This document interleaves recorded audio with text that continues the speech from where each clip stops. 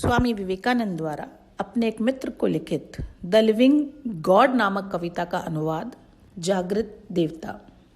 वह जो तुम में है और तुमसे परे भी, जो सबके हाथों में बैठकर काम करता है, जो सबके पैरों में समाया हुआ चलता है, जो तुम सबके घट में व्याप्त है, उसी की आराधना करो और अन्य प्रतिमाओं को तोड़ दो।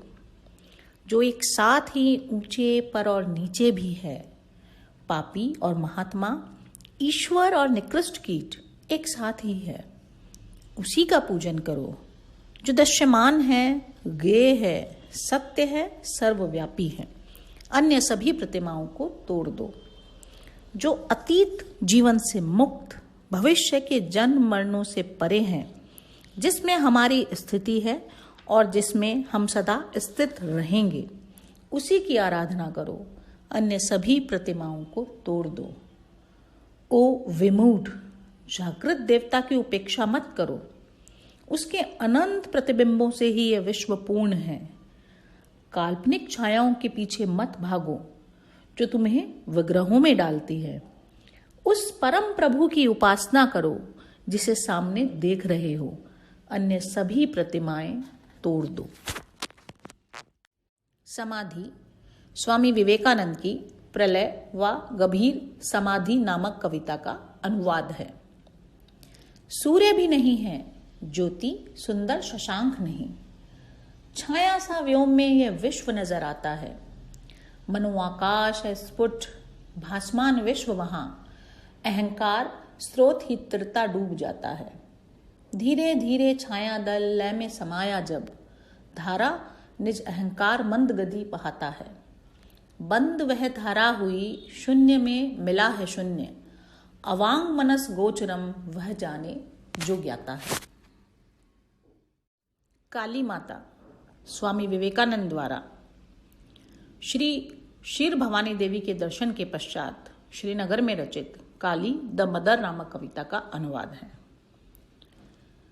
छिप गए तारे गगन के, बादलों पर चढ़े बादल, कांप कर गहरा अंधेरा, गरजते तूफान में शत लक्ष पागल प्राण छूटे।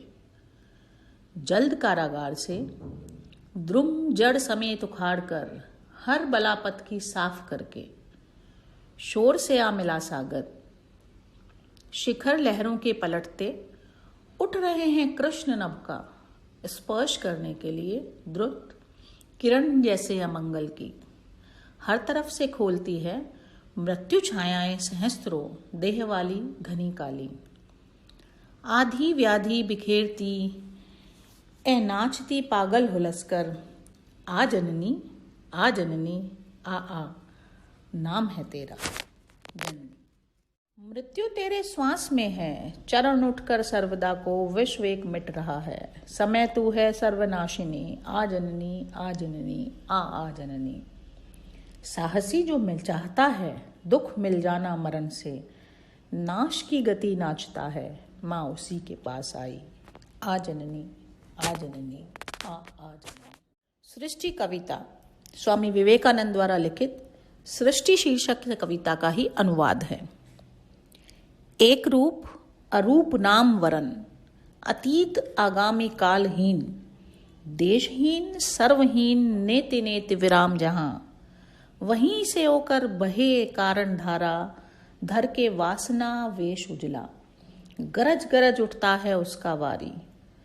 अहम हमिति सर्वमिति सर्वक्षण, उसी अपार इच्छा सागर मांझे, अयुत अनंत तरंग राजे। कितने रूप कितनी शक्ति, कितनी गति स्थिति, किसने की गणना। कोटि चंद्र कोटि तपन, पाते उसी सागर में जन्म।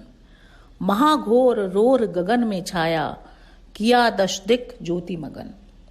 उसी में बसे कई जड़ जीव प्राणी, सुख दुख जरा जन्म मरण। वही सूर्य जिसकी किरण, जो है सूर्य वही किरण। ऋग्वेद के प्रसिद्ध नासदीय सूक्त का स्वामी जी ने अंग्रेजी में द हाइमन ऑफ क्रिएशन नामक कविता के रूप में अनुवाद किया था। उस अंग्रेजी कविता का हिंदी अनुवाद है सृष्टि गान। तब न सत था न असत ही, न यह संसार था न ये आकाश, इस धुंध का आवरण क्या था वह भी किसका, गहन अंधकार की गहराइयों में क्या था। तब न मरण था न अमृतत्व ही, रात्रि दिवा से पृथक नहीं थी, किंतु गति शून्य वह स्पंदित हुआ था। तब केवल वह था जिसके परे कोई अन्य अस्तित्व नहीं, वही चराचर था। तब तम में छिपकर तम बैठा था, जैसे जल में जल समाहित हो पहचाना न जाए। तब शून्य में जो था वह तप की गरिमा से मंडित था।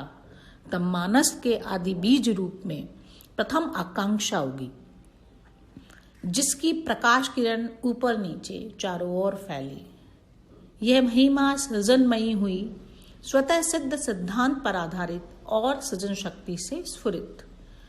किसने पथ जाना, कहाँ अथ है जहां से यह फूटा, सृजन कहाँ से हुआ। सृष्टि के बाद ही तो देवों ने अस्तित्व पाया, अतः उद्धव का ज्ञान किसे प्राप्त है। यह सर्जन कहाँ से आया, यह कैसे ठहरा, ठहरा भी है या नहीं। वह सर्वोच्च आकाशों में बैठा हुआ महाशासक अपना आदि जानता है या नहीं, शायद।